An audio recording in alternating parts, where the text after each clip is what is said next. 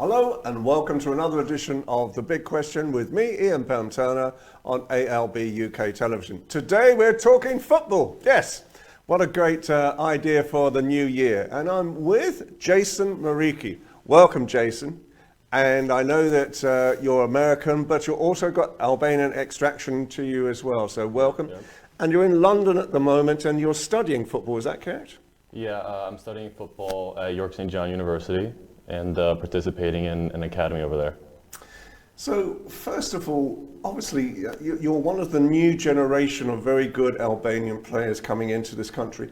What differences do you see between, say, Albanian football, American football, and football in Britain? What do you see as the differences? Well, football in America is more based around physicality and endurance, while football in Albania, just like any other European country, is more technical based.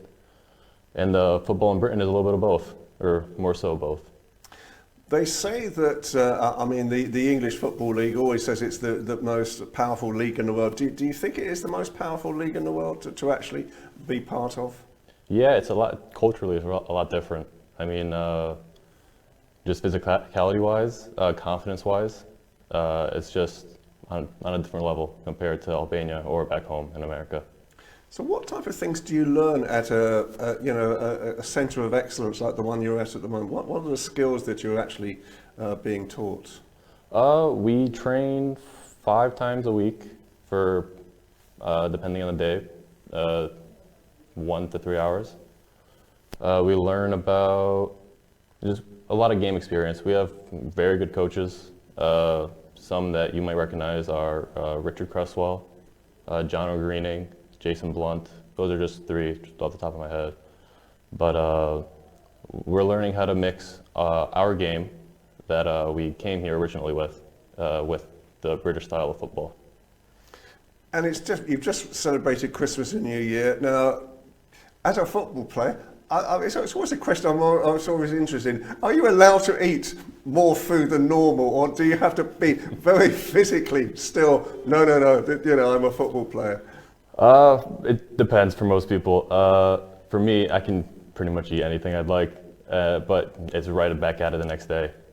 So it's just, you have to take what you're given with the food, for instance. Like in America, we have turkey, mashed potatoes, stuffing. Oh, you guys have that same tradition here, I'm sure. Yeah. And then, I wake up, go for a run, have to burn it all off. Really? I have to burn it all off if I want to compete, Yeah. So we've just seen Wayne Rooney come back as well from America to England as well, and he's just done his first derby place as well. Do you look at British players in America and think, that's you'd like to? I mean, what would be your ideal dream to actually do as a football player? Who would you really like to play for? Play for? At the moment, Liverpool. I've liked Liverpool way before they started, they've always had a really good history. But lately, for the past 5-10 years, they've not been too great. But yeah, that'd be a great club. I mean, learn from a lot of good players. Van Dijk, excellent. Lovren, very good. Joel Matip, very good. Joe Gomez too, also very good.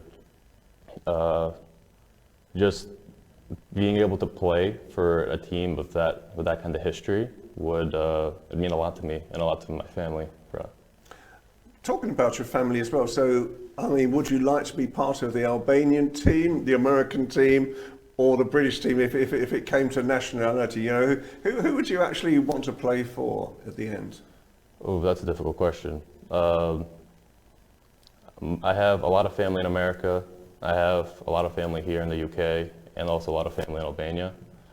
But if it comes down to it, probably I'd like to play for the Albanian national team. And obviously, have they got the same strictness of how they play compared to the English players? Do you see a big difference really, in the styles and the attitudes of the players, or do you find that that people like yourself really right across the world now have the same mentality of how to keep fit, of how to sort of perform? What motivates you, do you think, as well, to actually become the star that you want to become? What motivates me is my family, because they came from nothing, having moved to America from Albania, raised me and my two siblings. It was very hard for them, not knowing the language, bringing up. I didn't know English until maybe 5th grade. Okay. That's, I think, 6th form here. Yes, yes. And so it was like a learning curve. But it motivates me because they're all into raising us, my siblings and I. And I want to give back to them so that they don't have to do anything anymore. What do you see, I mean, just in community terms, what do you see the difference between America and Britain? Do you see differences? A little bit. Just the drinking age here is lower, so everyone's out on the nightlife. But back in America, it's more, so say you're not of age, you have to go do everything in secret, kind of like with your friends, like on a weekday, on a weeknight, whatever. But here, it's a lot more open, a lot more freedom in that regard of just going out and doing things. But culturally, it just the way we speak is a little different, because you'd say toilet, I'd say bathroom. Yes. You say throw it in the bin, I'll throw it in the trash. It's just little things like that are just different.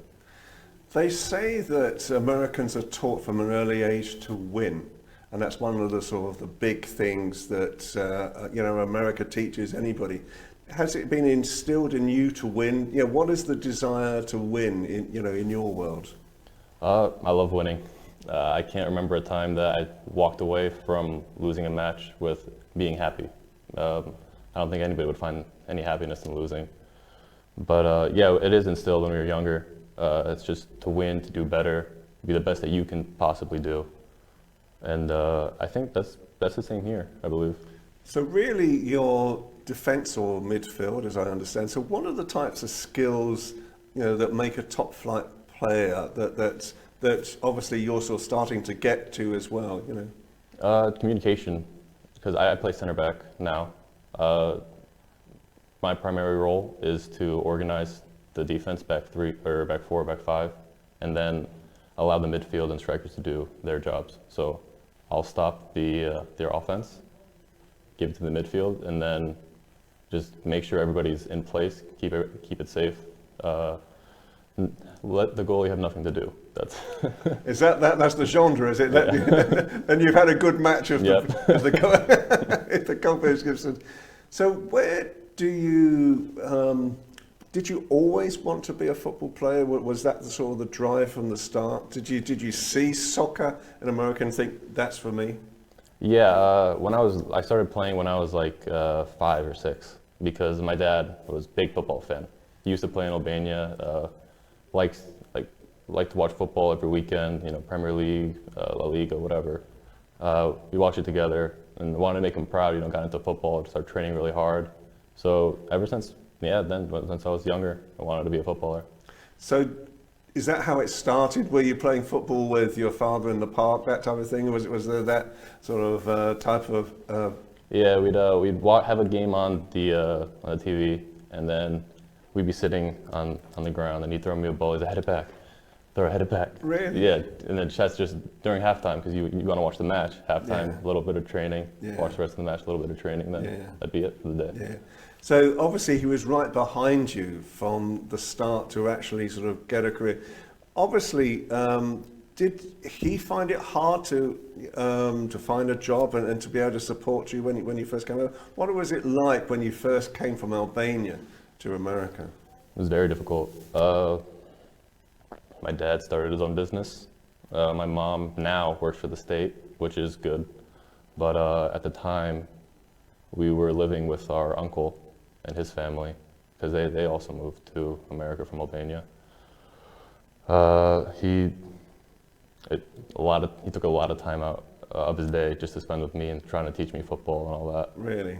Yeah, when he could. Because that's a great memory for you, must it? Yeah. It's really nice. So, in the future, as you say, Liverpool is one thing, but Are there other sort of cities, are there other countries around the world where you'd like to play as well? You know, because they say Italy is very good, Spain is very good as well. And what do you think about how far advanced American soccer has become? American soccer has come so far. Back to when Donovan was playing to now, the players are at least 10 times better than he was. But as for other leagues, Serie A, I'd love to because Italians have the art of defending. You know, they're very good at that. Cellini, Bonucci, Elodini, I think that was his name. They're all very good defenders, and you have to learn from the best, you know. So I'd like at the time now, because the best team is here in England, to be here. But if that changed, hope maybe somewhere else. What do you think English players have brought to American soccer? Well, people like Wayne Rooney. What do you think that's brought to the game as well? Has that helped to improve the game in America, do you think? Of course. Because American football, like with the pads, they call it the pigskin, whatever, that and baseball are the two primary sports in America. But now that all these big players from Europe are coming into the MLS, it allows other players, like younger kids, to watch that and then be inspired to go pursue football.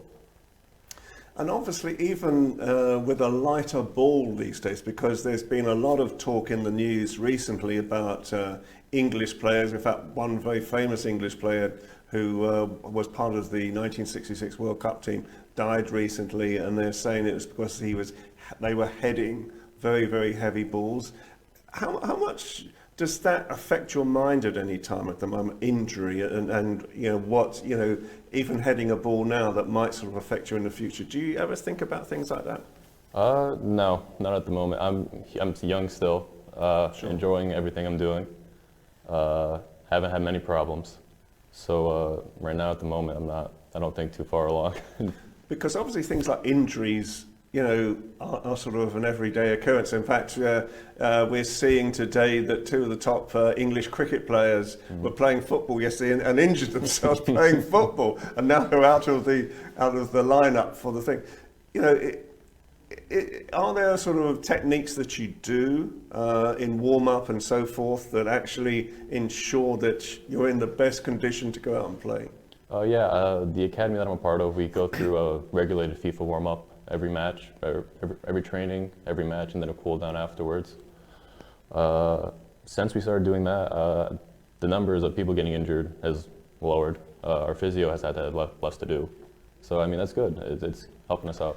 Because, I remember seeing somewhere in the back of my memory that, I can't remember which team it was, but it was an English team, and when they came off at half-time, they were on bicycles just to keep warm. I mean, do they do things like that? Is that sort of part of the culture, or have you found more refined methods of doing it now?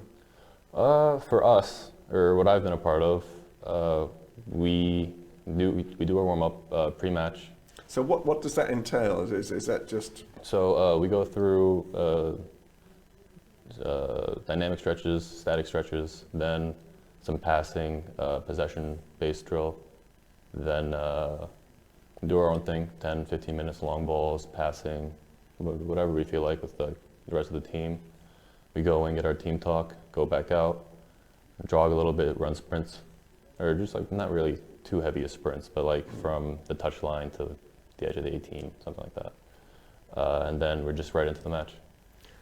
So when you're out there, the mental attitude is how important. A lot of managers say that the crowd is very important to G up the team itself. How important do you think are good crowds behind you? Does it really help to support you, or are you just so mentally focused on what you're doing that you can almost sort of push out that noise?